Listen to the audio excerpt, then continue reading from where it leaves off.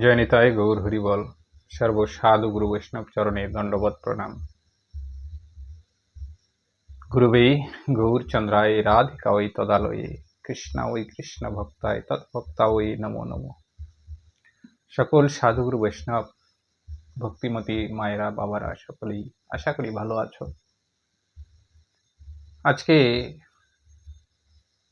মনে পড়ে গেল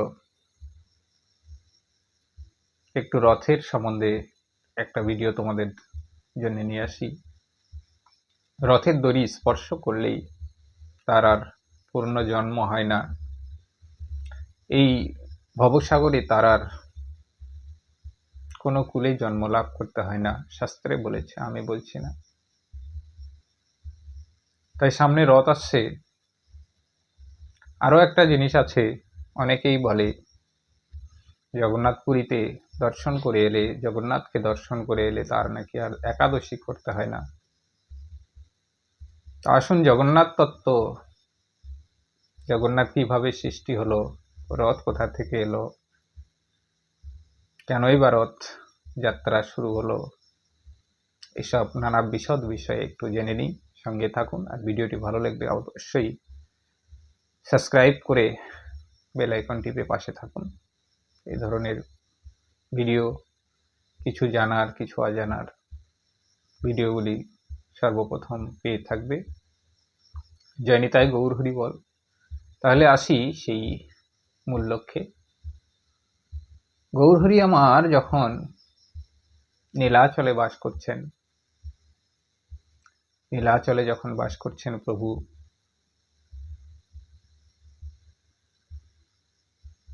প্রায় শেষের দিকে, প্রভুর গৌরহরির অবতারের প্রায় শেষের দিকে পুরীধামে, শেষ 9 বছর পুরীধামে কিন্তু বাস করেছিলেন গৌরহরি আমার। তো সেই সময়, অন্তিম সময়ে, যেদিন প্রভুর যাওয়ার দিন, সেদিন নিত্যানন্দকে বলছে, নিতাই আমার তো যাওয়ার সময় চলে এসেছে, আমি কালকে এই তোমাদের ছেড়ে, এই ভব সংসার ছেড়ে আমি গোলকে চলে যাব, তা আমার যাওয়ার ব্যবস্থা করো। পূজা অর্চনা, ভাগবত পাঠ, কৃষ্ণ কথা, এসবের ব্যবস্থা করো। তখন সেই নিত্যানন্দ কিন্তু সমস্ত কিছুর ব্যবস্থা করেছেন। যেদিন যাবে সেদিন সকালেই প্রভুকে স্নান টান সেরে দিয়ে প্রভুকে বসিয়ে সকলেই কৃষ্ণ কথা ভাগবত কথা শ্রবণ করাচ্ছেন। আর নিতাই প্রভু আমার অঝরে নয়নের বাড়ি ধারা বয়ে চলেছেন, আর বলছেন, প্রভু আমি 4 যুগে তোমার সঙ্গে ছিলাম, তোমার সঙ্গে আছি, তোমার সেবা করছি, আর এই যুগে তুমি আমাকে ছেড়ে চলে যাবে প্রভু, আমার আগেই আমাকে ছেড়ে চলে যাবে, আমার গতি কি হবে? আমি যে মেনে নিতে পারছি না প্রভু, তুমি যাবে। সত্যযুগে অনন্ত নাগ হয়ে,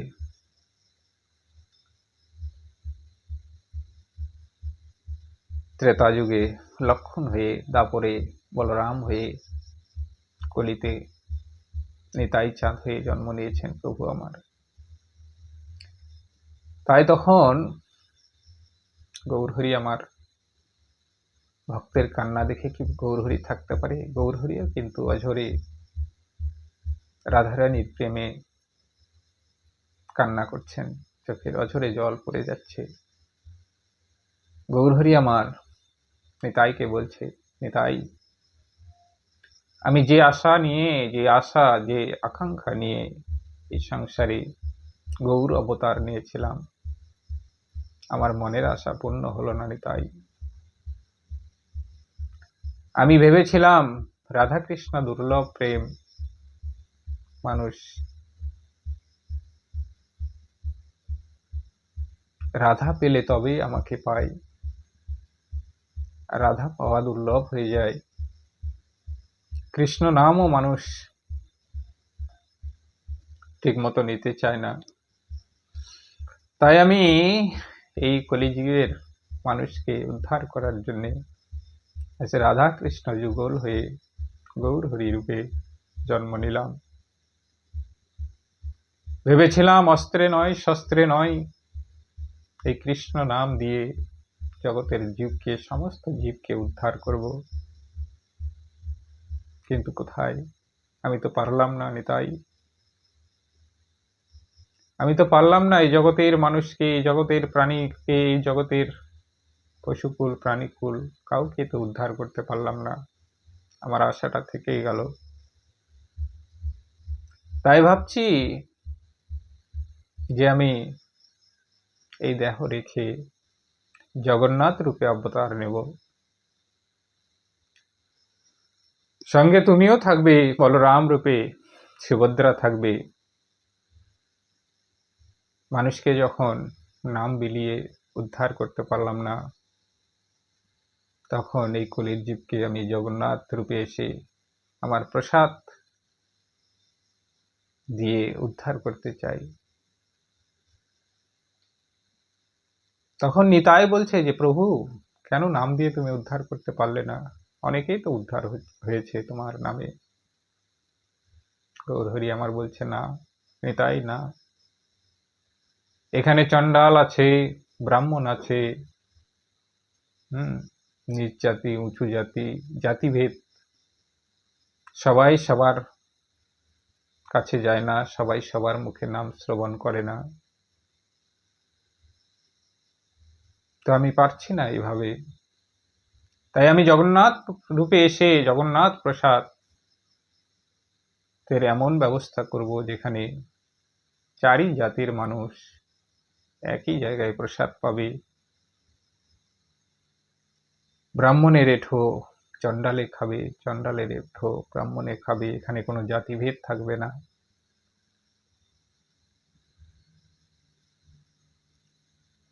এই বলে জগন্নাথ গৌরহরি আমার কিন্তু সেদিন সকলের মাঝে নাম শুনতে শুনতে দেহ ছাড়লেন।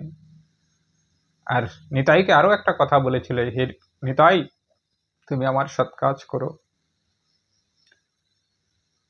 আমার সৎ কাজ করে তুমি আমাকে জলে ভাসিয়ে দিও। তো সেই কথা মতো গৌরহরির কিন্তু সৎ কাজ করে গৌরহরির শরীরটা কিন্তু পুরোটা পুড়লেও একটি মাংসপিণ্ড কিন্তু আর পুড়ল না। তখন সেই মাংসপিণ্ডটি সমুদ্রের জলে ভাসিয়ে দিলেন, পুরীর সমুদ্রে ভাসিয়ে দিলেন। ভাসিয়ে দেওয়ার পর তখন গৌরহরি আমার সেই উড়িষ্যার রাজা ছিলেন তখন ইন্দ্রদুম্ন রাজা ছিলেন, খুবই ভক্তিমতী ভক্ত ছিলেন। তার স্ত্রী ছিলেন গুন্ডিচা, তিনিও ভক্ত ছিলেন। কেনই বা হবেন না? এই গুন্ডিচা কে একটু বলে দিই। এই গুন্ডিচা হচ্ছে ত্রেতা যুগের কৈকেয়ী। তো কেন হবে না?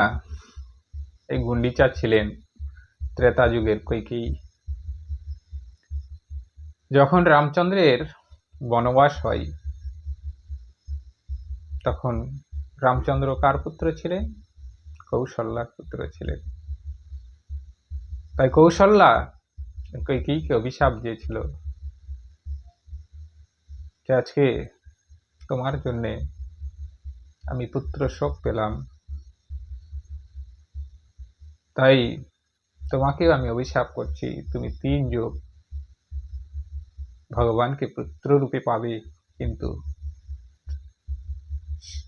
3 যুগ তুমি সন্তান হারা হবে। তো পরের যুগে, দাপর যুগে দেবকী হয়ে জন্ম নিয়েছিলেন, তখনও কিন্তু সমস্ত সন্তান, 6টি সন্তান তো মারাই গেছিল, তারপরে 7ম সন্তান রোহিণীর গর্ভে স্থাপন হয়। অষ্টম গর্ভে কৃষ্ণ জন্ম নিয়েও কিন্তু সেই দেবকী মাতার স্তন দুগ্ধ পান করেনি, সেটা এই কৌশল্যা মায়ের অভিশাপ ছিলেন। তারপরে কলিতে শচী মাতা হয়ে এলেন, সেখানেও সন্তানহারা হলেন। তারপর হলেন গুন্ডিচা মা হয়ে। তো গুন্ডিচা আর ইন্দ্রদম্ন এরা কিন্তু অত্যন্ত ভক্ত ছিলেন। তখন গৌরহরি আমার সেই ইন্দ্রদম্ন রাজাকে স্বপ্নাদেশ করলেন যে দেখো, এই সমুদ্রে একটি নিম কাষ্ঠ ভেসে যাচ্ছে, সেই কাষ্ঠ তুলে এনে তুমি 3টি মূর্তি বানাও বিশ্বকর্মাকে দিয়ে। মন্দির তৈরি করে তুমি 3টি মূর্তি বানাও জগন্নাথ, বলরাম, সুভদ্রার। বলে কিন্তু হারিয়ে গেলেন। পরের দিন রাজা যথাযথ সমুদ্রে গিয়ে দেখে, হ্যাঁ, একটি নিম কাষ্ঠ ভাসছে। সেই নিম কাষ্ঠটা কোথায় থেকে এলো? না, ওই গৌরহরির যে পিণ্ডটা, মাংসপিণ্ডটা ভাসিয়ে দিয়েছিল, সেটি প্রভুর কৃপায় নিম কাষ্ঠে পরিণত হয়েছে। নীলাদ্রি থেকে নিম কাষ্ঠে পরিণত হয়ে সেটা ভেসে আসছে। ইন্দ্রদম্ন রাজা সেই নিম কাষ্ঠ তুলে এনে বিশ্বকর্মাকে দিয়ে মন্দির তৈরি করে কিভাবে কতদিনে এই মূর্তিগুলো বানানো হলো, এগুলো যদি বলতে যাই অনেকটা ভিডিও লম্বা হয়ে যাবে, সেই জায়গায় যাচ্ছি না। তো মূর্তি তৈরি করে পুজো অর্চনা শুরু হলো। তখনও কিন্তু রথযাত্রা শুরু হয়নি। ওই যে অভিশাপ প্রাপ্ত ছিল গুন্ডিচা মা, গুন্ডিচা মায়ের কিন্তু 18টি সন্তান। ইন্দ্রদম্ন রাজা তখন উড়িষ্যার সেই নদীতে, উড়িষ্যায় একটি নদীতে বাঁধের নির্মাণ করছেন, নির্মাণ কার্য চলছে। সেই বাঁধ নির্মাণ করতে যতবার পিলার ঢালাই করে ততবার পিলার কিন্তু ভেঙে যায়। পিলার কিন্তু কোনো মতেই আর দাঁড়িয়ে থাকছে না। এই পিলার যখন কোনোভাবেই সেই নদীতে দাঁড় করাতে পারছেন না, তখন রাজা চিন্তায় মগ্ন হয়ে উপায় পর্যালোচনা করতে লাগলেন। উপায় করতে করতে তখন জগন্নাথ ইন্দ্রদম্ন রাজাকে স্বপ্নাদেশ দিলেন যে, ইন্দ্রদম্ন রাজা, পিলার অবশ্যই থাকবে যদি তুমি প্রতিটি পিলারে একটি করে মাথা দিতে পারো, মনুষ্য মাথা, তাহলে অবশ্যই সেই পিলারগুলো দাঁড়িয়ে যাবে। তখন ইন্দ্রদম্ন রাজা কিন্তু ভাবছে সেই 18 মানে সমস্ত নদীটাতে বাঁধ দিতে 18টা পিলার প্রস্তুত করতে হবে। তাহলে 18টা পিলার যদি প্রস্তুত করতে হয়, 18টা মানুষের মাথা আমি কোথায় পাবো? তখন রাজামশাই ধীরে ধীরে চিন্তা করে স্থির করলেন যে না, আমারই তো 18টা সন্তান আছে, আমি কোন মায়ের সন্তানকে সন্তানহারা করব, মাকে সন্তানহারা করব? তো না, আমি আমারই পুত্রদের মাথা আমি দেব। তখন গুন্ডিচার সঙ্গে রাজামশাই গল্প করে, গুন্ডিচা দেখুন, কোন মা আছে যে মায়ের সন্তান এইভাবে সন্তানের মাথা কেটে কোনো নদীতে বাঁধ তৈরি করার জন্য, পিলার তৈরি করার জন্য দেবে? গুন্ডিচা মা ছিলেন ধার্মিক, সহধর্মিণী যাকে বলা হয়। প্রতি ধর্ম ছিল, প্রতির সমস্ত কর্মেই তার অধিকারী ছিল, ধর্মই ধর্ম ছিল। এইভাবে রাজামশাই তখন এক এক করে একটা একটা করে সন্তানের মাথা কেটে সেই পিলারে দেয়, আর একটা করে পিলার তৈরি করে। এইভাবে করতে করতে 18টি পিলার, 18টি মাথা দিয়ে যখন সমস্ত শেষ হয়ে গেল, গুন্ডিচা মা কিন্তু তখন সন্তানহারা। হাজার হলেও মায়ের মন কিনা, মায়ের মন তো মানতে পারছে না যে সন্তান নেই। সারাক্ষণ শুধু কেঁদে কেঁদে দিন যায় গুন্ডিচা মায়ের। রাজামশাইকেও কিছু বলতে পারে না। এই কাঁদতে কাঁদতে কাঁদতে কাঁদতে তখন জগন্নাথ প্রভুর কৃপা হলো। জগন্নাথ প্রভু তখন গুন্ডিচা মাকে দর্শন দিলেন আর বললেন, মা, আজ থেকে তুমি কেঁদো না মা। গুন্ডিচা মা স্বপ্নেই তখন বলছে, কি আমায় মা বলে ডাকছে? জগন্নাথ বলছে, আমি জগন্নাথ। আজ থেকে তোমার 3টি সন্তান, জগন্নাথ, বলরাম, সুভদ্রা, এই 3টি সন্তান মা প্রতি বছর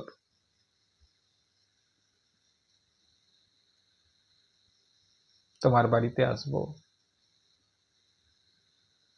এসে এই রথযাত্রা যেদিন শুরু হয় তার থেকে উল্টো রথ পর্যন্ত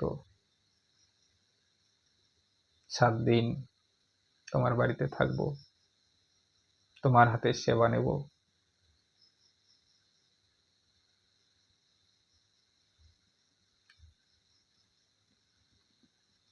তুমি